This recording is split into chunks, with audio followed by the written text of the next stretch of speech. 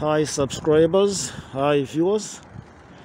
I'm on my way from the gym, and I just want to talk about the rising cost of living. I just spoke to a few people, to a friend in Russia and to a couple of friends in the UK this weekend, and my cousin in Australia, and everybody who I was talking to seemed to be leading to a topic like really the rising cost of living and the inflation.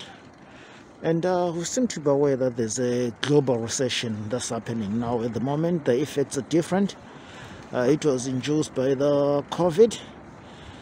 It's the one that affected a lot of economies to struggle. Then after that, we came to the issue, and the issue was the current moment, the current events, the Russian war, and the sanctions that are happening at the moment. With the war alone, without the sanctions which happened, and I think it would have been far much better.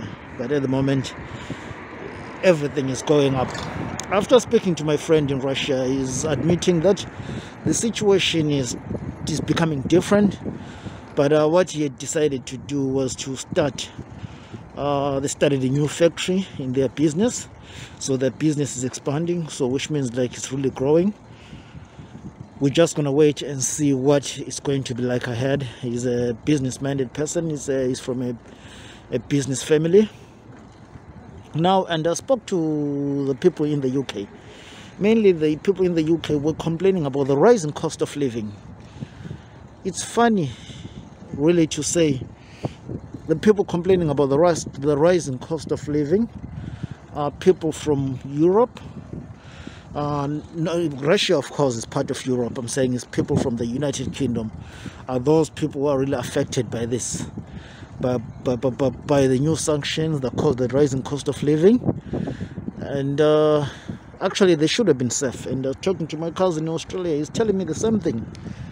Unfortunately, I did not have a chat with the people from the US. Now, my interesting other thing I wanted to say was, and I have already said this, and I'll keep on saying it again. I'll continue until people really understand. People in Europe and North America, you have not felt the really wrath of this, of the rising cost of living. Really, I can keep on saying the rising cost of living because inflation can happen and whatever can happen, but until it hits your pocket, until it starts affecting you personally in your house and your life, that's when you start realizing that, oh, things are changing. But anyway, I'll go back to talk about this. We are waiting for. It's easy for people to say no, it does not. It's not affecting us at the moment.